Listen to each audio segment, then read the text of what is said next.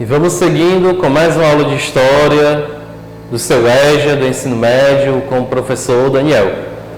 Bom, então temos aí, já em ritmo de conclusão da sua unidade 3, o Mundo em Revolução, transformações sociais e políticas nos séculos 18 e 19. Então você viu aí que pelo menos o tema 1 e 2 tratam das revoluções burguesas, Trata lá da Revolução Industrial, trata lá da Revolução Americana, ou Independência dos Estados Unidos, como você queira chamar, e da Revolução Francesa.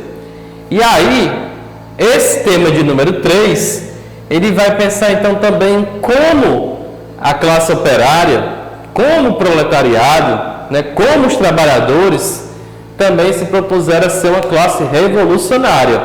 É por isso que ele traz aí no seu título Lutas dos Trabalhadores no século XIX. E aí eu já estou ressaltando aqui para você que isso é uma parte 1. Porque na sua parte 1, na presente videoaula, você vai assistir aí e entender as ideias sociais e políticas, tá bom? E uma parte 2, chamada de processos revolucionários. Então vamos entender o que é que eu estou chamando aí de parte 1, o que é que eu estou chamando aí de parte 2, ok?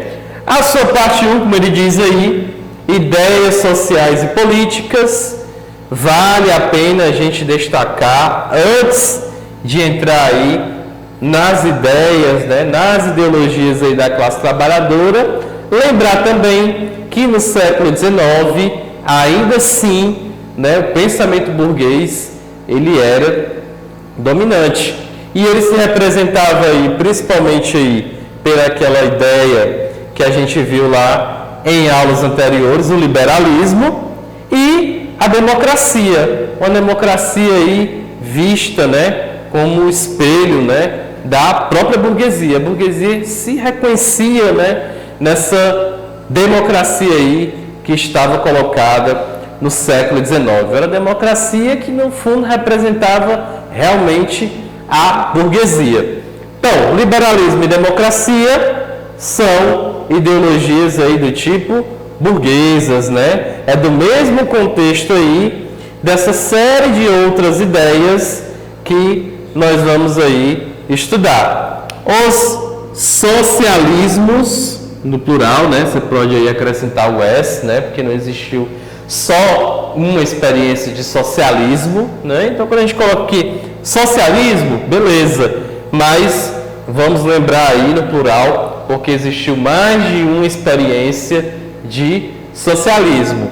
Comunismo e, por último aí, o chamado anarquismo. Então, são ideias aí, que o seu material colocou, como ideias de defesa dos trabalhadores, do século XIX, ideias que visavam aí uma defesa dos trabalhadores aí durante o século XIX, e aí a gente vai analisar essas características, ok? E aí, ficar atento para as características, as definições, porque socialismo, comunismo, anarquismo, se fala muito, tem muita coisa aí espalhada pela internet, e de fato é bom a gente entender o que é uma coisa e não outra, não ficar aí confundindo, ou aquela velha história, os achismos, Então, como você sabe, a história é ciência, então não há espaço para o achismo, e sim para a contestação, para a dúvida, para a organização do conhecimento melhor possível para você, ok? Então, ideias sociais e políticas, isso aí no século XIX. Para a burguesia, liberalismo e democracia, socialismos, comunismo e anarquismo para a classe trabalhadora. Isso aí é a sua parte 1. A sua parte 2 do seu tema de número 3, processos revolucionários, é como essas ideias aí, socialismos, comunismo e anarquismo, reverberou, teve aí uma certa experiência, E a gente vai dar alguns exemplos aí com a Primavera dos Povos e a Comuna de Paris, ok? Isso aí, uma segunda parte, né? Uma aula à parte para a gente ver isso daí separadamente aí das ideias sociais e políticas para ficar o mais compreensível possível para você. Vamos aí às características, né, dessas ideias sociais e políticas da classe trabalhadora no século XIX. Temos aí uma primeira corrente de pensamento socialista chamada de socialismo utópico, né? Então essa palavrinha aí, utópico, significa realmente isso, né? Aquele algo que seria imaginado idealmente, mas muito distante da realidade, né? Esses socialistas utópicos, né? E o que está por detrás do socialismo, vamos dizer assim de uma maneira geral, tanto do socialismo como do anarquismo, do próprio comunismo, né? A ideia em comum entre essas ideias, né, é o fim das desigualdades sociais. Cada uma dessas ideias, né, elas vão tentar lutar com as ferramentas que elas tinham, né, com as ideias que elas tinham. Então, o socialismo utópico, ele ganhou tanto esse nome, né, porque ele era bem distante da realidade. Os seus representantes, né, o Saint-Simon, Robert Owen, Charles Fourier, admitiam, por exemplo, que era realmente necessário que a riqueza humana pudesse ser compartilhada, mas que mesmo assim a burguesia ela era necessária, porque era dela que ela veio a prover a riqueza, né? Então os socialistas utópicos defendiam, por exemplo, né, a necessidade da propriedade privada, defendiam uma coisa chamada coletivismo, né, trabalho em falostérios, né, que seriam grandes regiões agrícolas, né, onde tudo isso seria partilhado, né, mas que isso não apontava para um caminho realmente transformador da sociedade, né? Então isso daí era um tanto, vamos dizer assim, um socialismo, mas num tipo conservador. Ele não apontava para uma transformação radical da sociedade. Era como se dissesse o seguinte, né, burguesia e classe operária devem conviver, né? Cada uma deve saber aí, né, o seu limite, né, a sua posição política, e cabe ao trabalhador continuar trabalhando, a burguesia, né, continuar sendo a dona dos meios de produção, e aos poucos, né, esse acúmulo da riqueza poderá ser partilhado com a classe trabalhadora, né? Por não manter uma perspectiva revolucionária de realmente transformação social, eles ganharam esse nome de socialistas utópicos, né? Acreditavam num fim da desigualdade, porém não mostrou os caminhos provados por A mais B como isso poderia se dar na prática. E aí eles ficaram conhecidos como socialistas utópicos, né? Do socialismo utópico, desse ideal. Vai se acabar a desigualdade, mas como? Não deixaram aí os caminhos, mas foram fundamentais porque abriram um caminho para uma perspectiva mais concreta de socialismo, né, que é o socialismo científico ou marxista, como veremos a explicação. Então, vamos aí de socialismo científico. Então, temos aí o socialismo científico ou marxismo, né? E também esse socialismo científico ou marxismo, né? Ele ficou conhecido depois, já ali no século XX, né? Já com a experiência lá da Revolução Russa, com a experiência da União Soviética, assuntos que vamos falar em futuras videoaulas, ficou conhecido também como socialismo real, tá bom? É a forma como ele vai ser conhecido aí também ao longo do século XX. Mas o socialismo científico ou marxismo, né? Esse segundo nome que ele recebe, como ele é conhecido também, deriva justamente do nome do seu principal pensador, que era o alemão Karl Marx, né?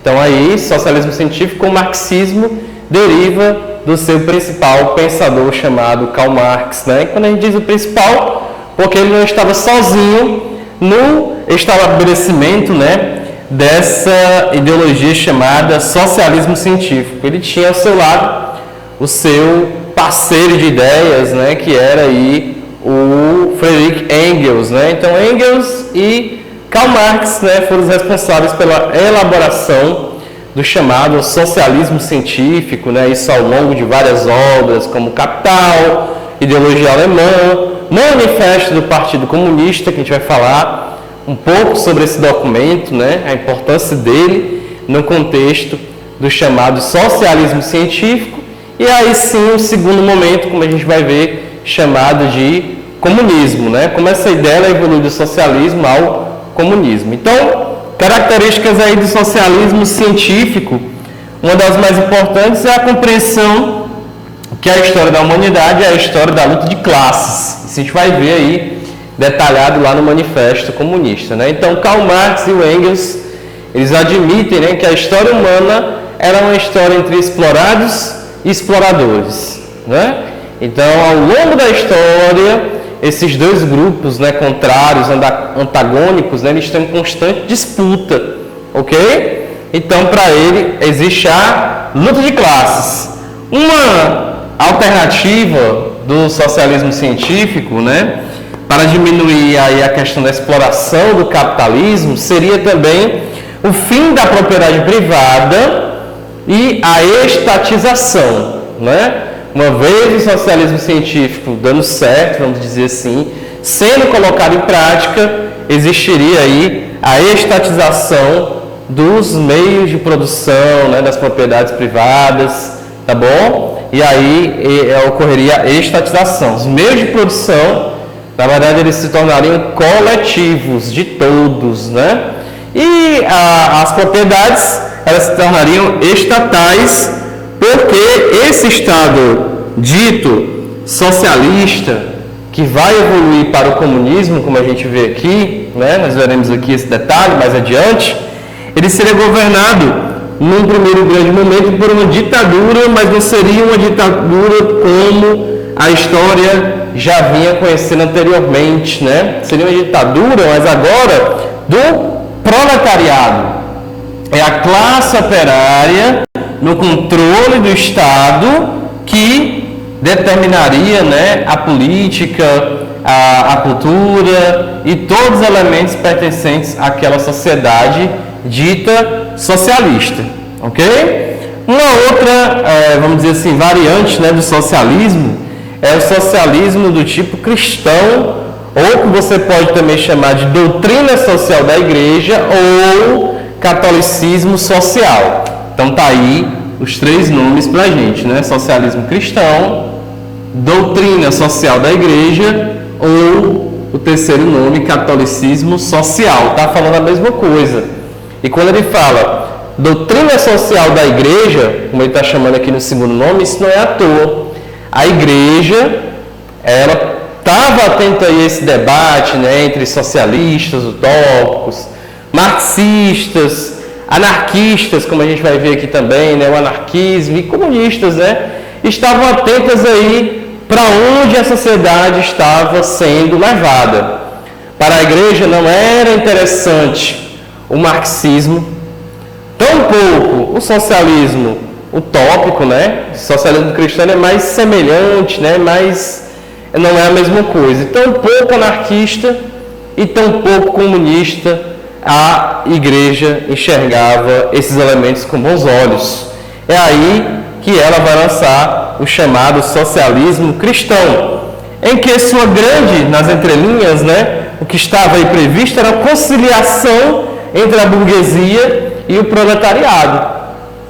A igreja estava atenta à questão social, da exploração do capitalismo, do mundo industrializado, da desigualdade, mas ela não enxergava com bons olhos que, como o socialismo científico defendia, uma revolução da sociedade, a instauração de uma ditadura do tipo do proletariado, poderia resolver os males, né, dessa sociedade contemporânea, industrializada e desigual. Para ela, somente a união entre a burguesia e o proletariado poderia diminuir aí as desigualdades do tipo social e econômica. Né? Então eles defendiam aí essa união, o não enfrentamento do proletariado com a burguesia e vice-versa. Né?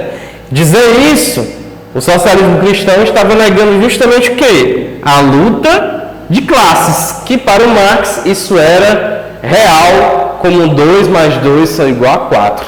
Né? Então, para o Marx, ele defendia a luta de classes. O socialismo cristão não enxergava isso com bons olhos. Porém, eram atentos, né, à questão do capitalismo, como ele também contribuía para a sociedade desigual. Então, para eles, para os socialistas cristãos, era necessário que o trabalhador tivesse direitos, né, como descanso semanal, uma jornada de trabalho reduzida, né, que a burguesia, né, não explorasse tanto, né, a classe operária, mas que a classe operária também não se rebelasse contra a burguesia. Era uma experiência que tentava trazer os princípios cristãos fundamentais para essa sociedade industrializada.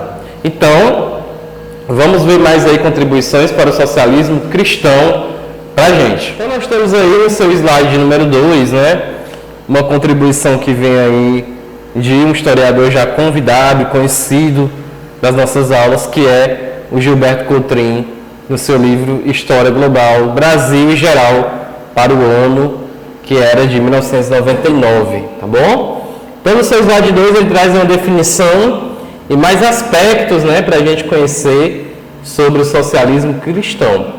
Socialismo cristão, uma tentativa de aplicar os ensinamentos evangélicos de amor e de respeito pelo próximo aos problemas sociais gerados pela industrialização. Em 1891, o Papa Leão XIII promulgou a encíclica, que significa, né, Carta expondo aspecto da doutrina católica elaborada pelo Papa. A encíclica Rerum Novarum, em que expõe o pensamento social católico, reconhecia o direito à propriedade privada e rejeitava a teoria marxista, condenava a ganância capitalista e a exploração desumana do trabalho. Né? Então ele diz aí para a gente, né, que esses princípios do socialismo cristão, eles vão estar escritos nesse documento, né, que é a encíclica Rerum Novarum, né, que é uma carta, como já está aí dito para você, né, que contém aí os aspectos, né, daquilo que a igreja defende na pessoa do Papa, que era o Papa Leão XIII. Né? Então veja bem, essa perspectiva de socialismo cristão, ela se diferencia do socialismo marxista, né? Porque o socialismo marxista ele é revolucionário.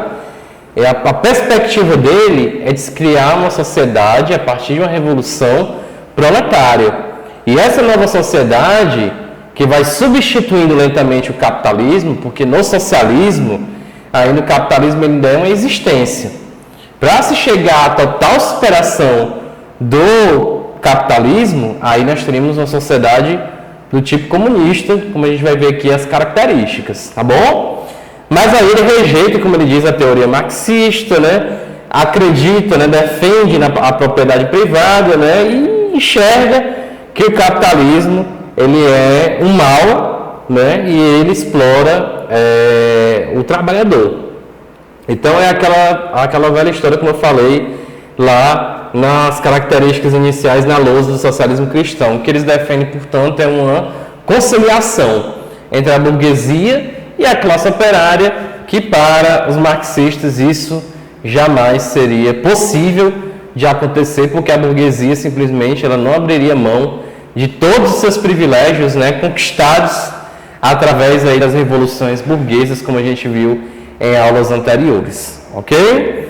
Então, a gente vai falar mais aí no quadro para você, falando agora, né, de comunismo e anarquismo, características, e aí a gente vai para mais leituras, mais contribuições e questões para você. Vamos lá. Então, como segunda etapa, retomando um pouco aí ao socialismo científico, né?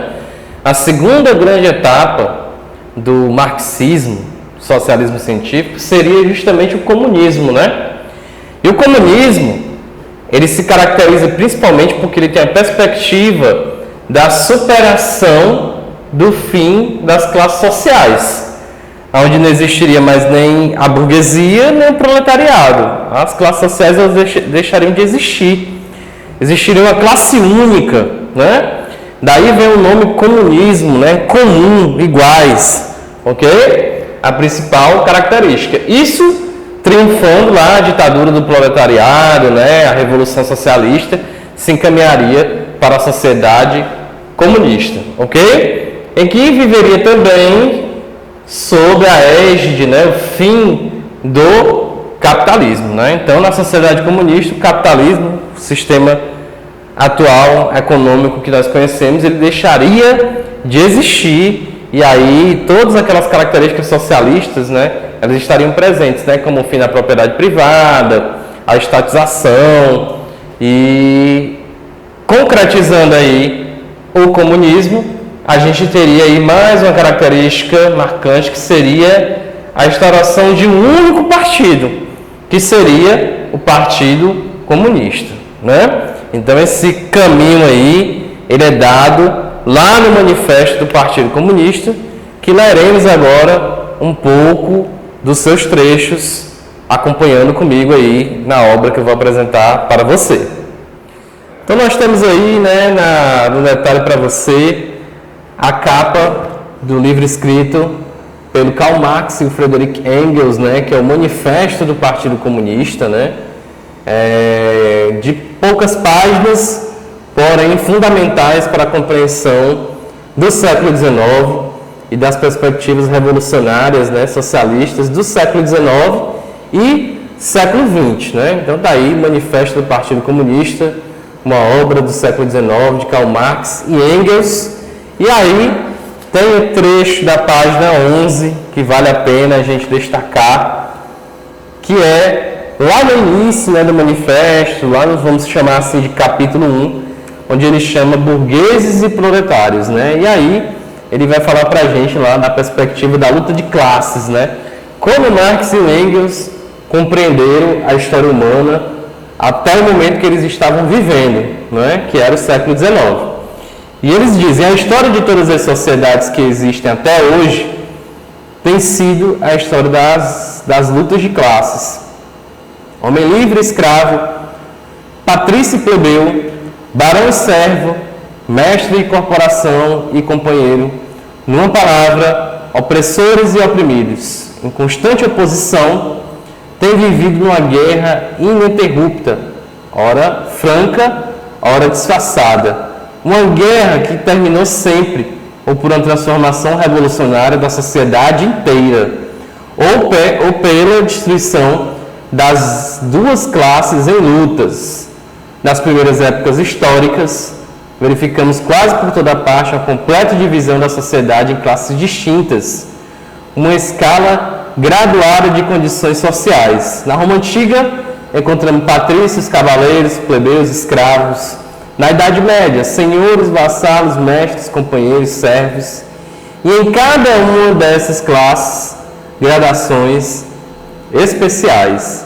A sociedade burguesa moderna, que brotou das ruínas da sociedade feudal, não aboliu os antagonismos de classes, né? E aí é esses antagonismos, essas contradições que o Marx tenta defender aí e defende, né, no seu manifesto do Partido Comunista.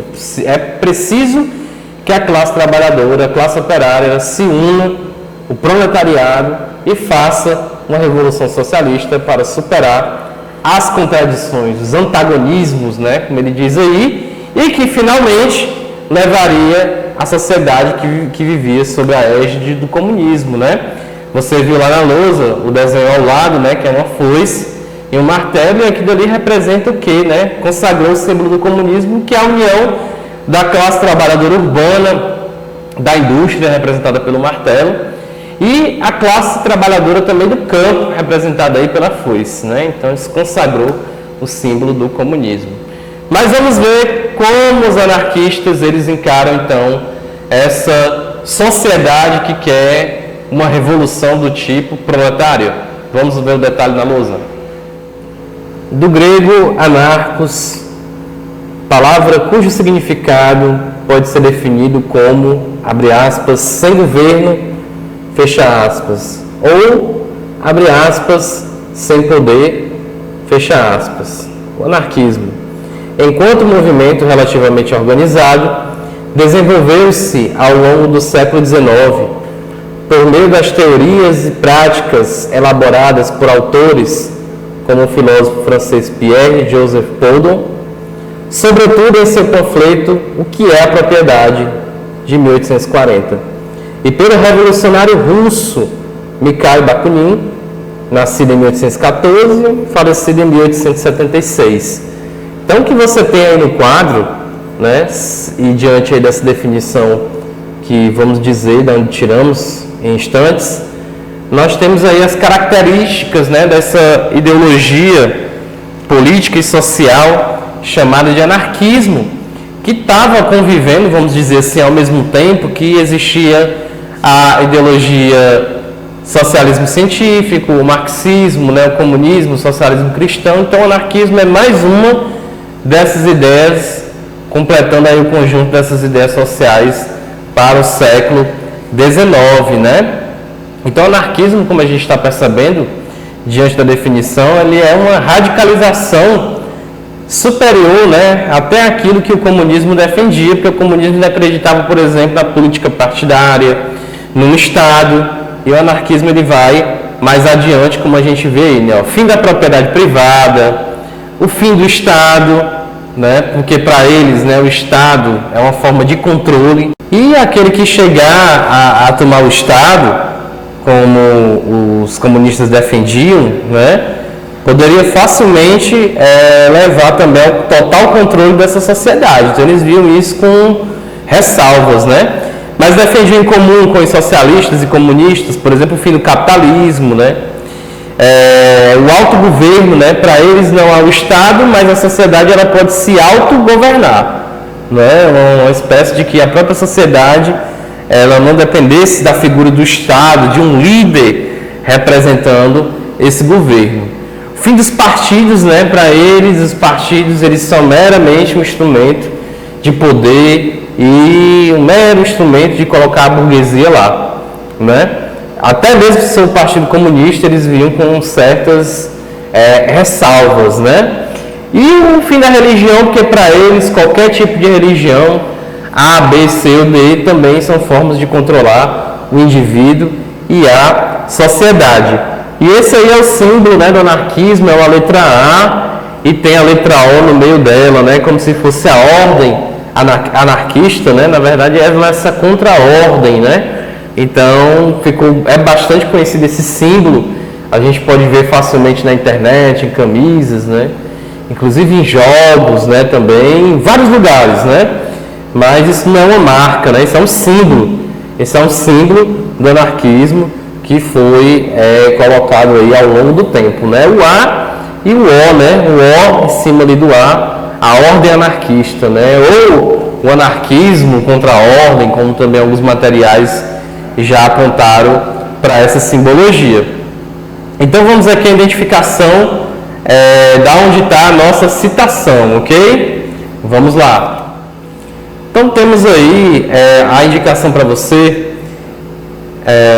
conhecer um pouco mais sobre o anarquismo, né? Um livro em formato de revista do Daniel Rodrigues Aurélio, Anarquismo e História da luta contra toda forma de opressão, na onde a gente fez aí a citação do seu slide de número 1, né? Aqui tem dicas de livros para a gente se aprofundar, dicas de filme, né? Então toda uma trajetória lá desde os primeiros anarquistas, né, ao anarquismo mais clássico, mais conhecido, que é esse do século XIX, do Bakunin, do Proudhon, né, que defende essa sociedade autogestada, livre da burguesia e livre do capitalismo, né.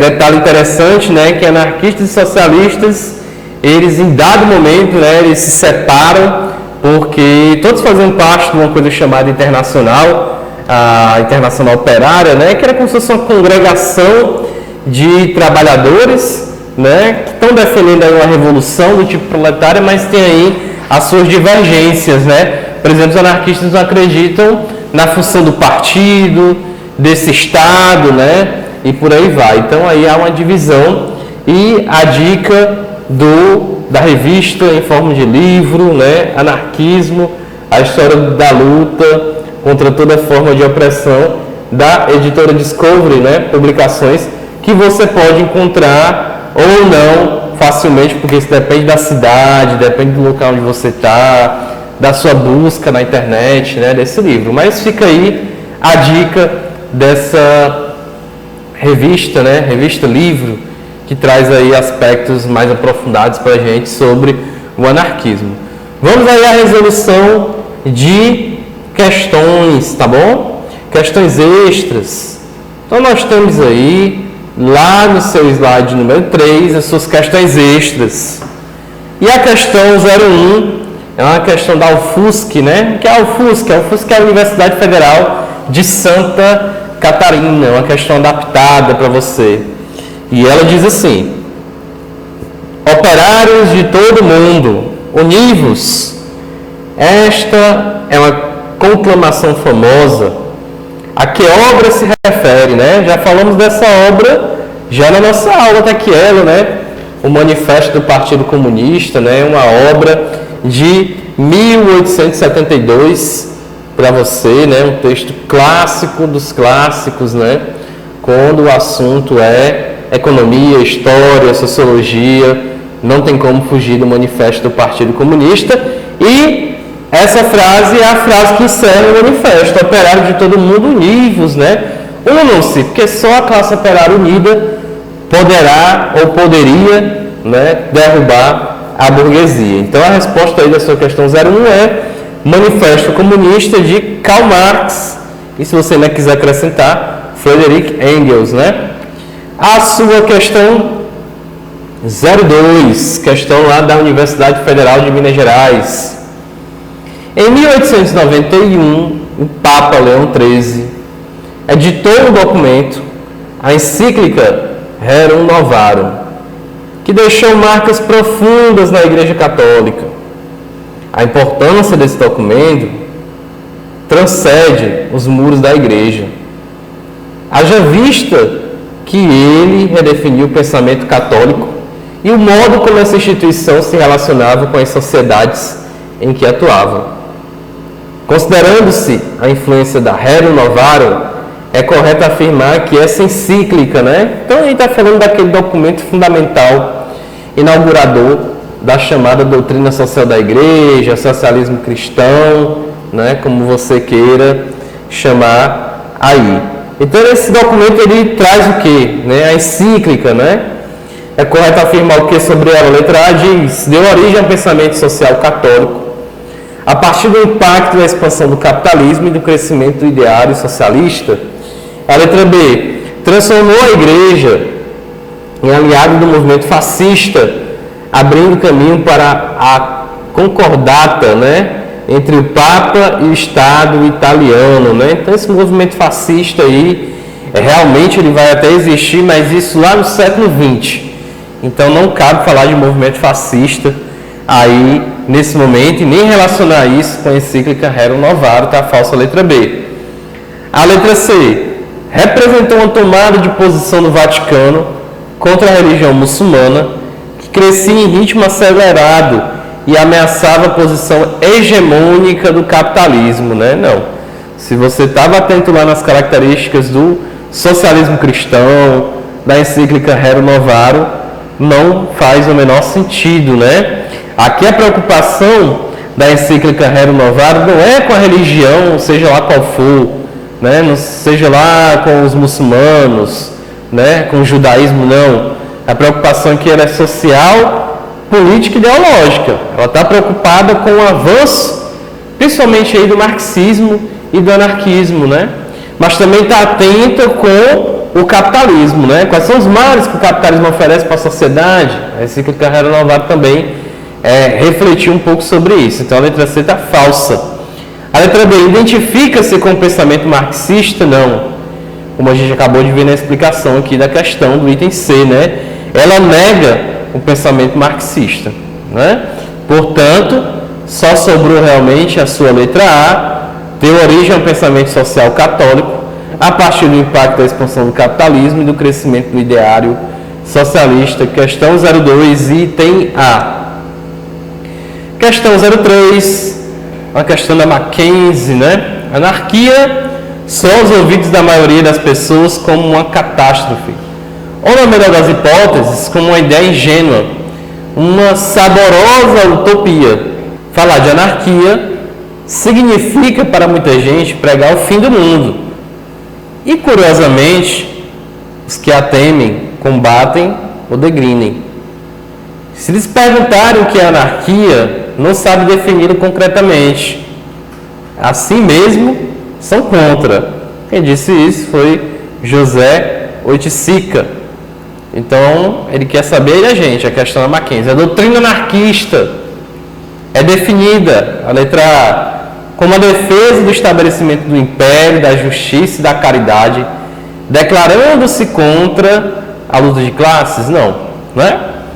Eles acreditam sim que essa luta de classes, ela realmente existe.